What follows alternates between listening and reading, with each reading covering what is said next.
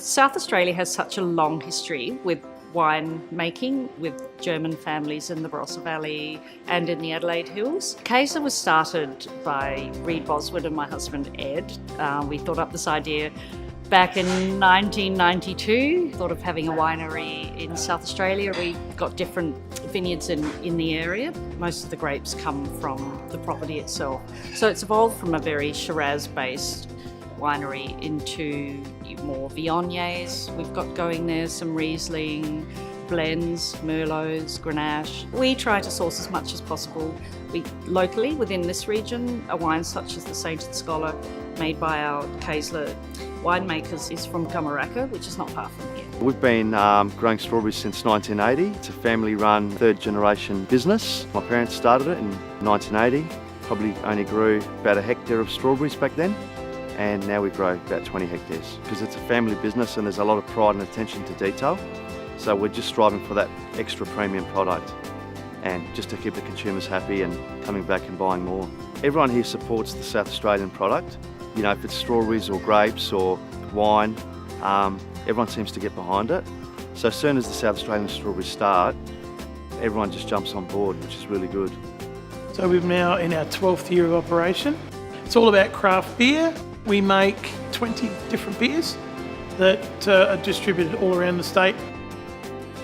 Agriculture is really important to South Australia's economy when it comes to labour and trade, and even on a national scale, South Australia's agricultural production accounts for around 12%. I think we all know when it comes to quality, South Australia really holds its own and even outperforms. Woodside was one of the boutique cheesemakers that sprouted up and challenged the Australian palate. And we've always maintained that in the marketplace that we will challenge your palate and we will produce really new, original and gorgeous cheeses, not only looking amazing but also tasting amazing.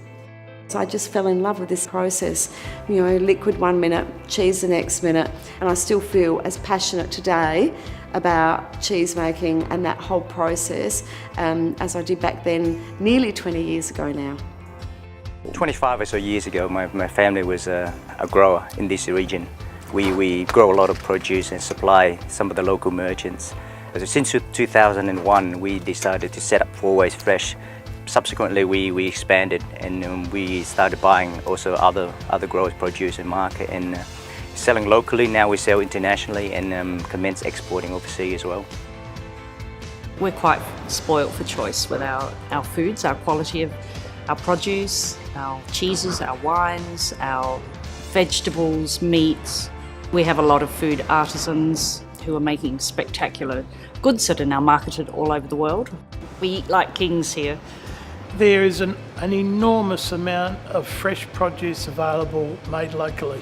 The Adelaide Hills is well known for, obviously, its wine business, but there's an apple business, there's pears, there's strawberries, there's livestock, all sorts of things everywhere, and it's all right on your doorstep.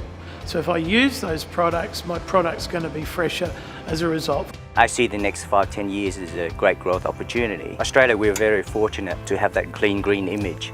And we as a company have been in the industry for a long time, and we are marketing that to get some of our product into Asia. We've been really fortunate to win a contract with Madison Square Garden where we supply one of our cheeses which is called Monet, named after Monet's garden, for their luxury boxes. I'm talking thousands of cheeses going over to Madison Square Garden.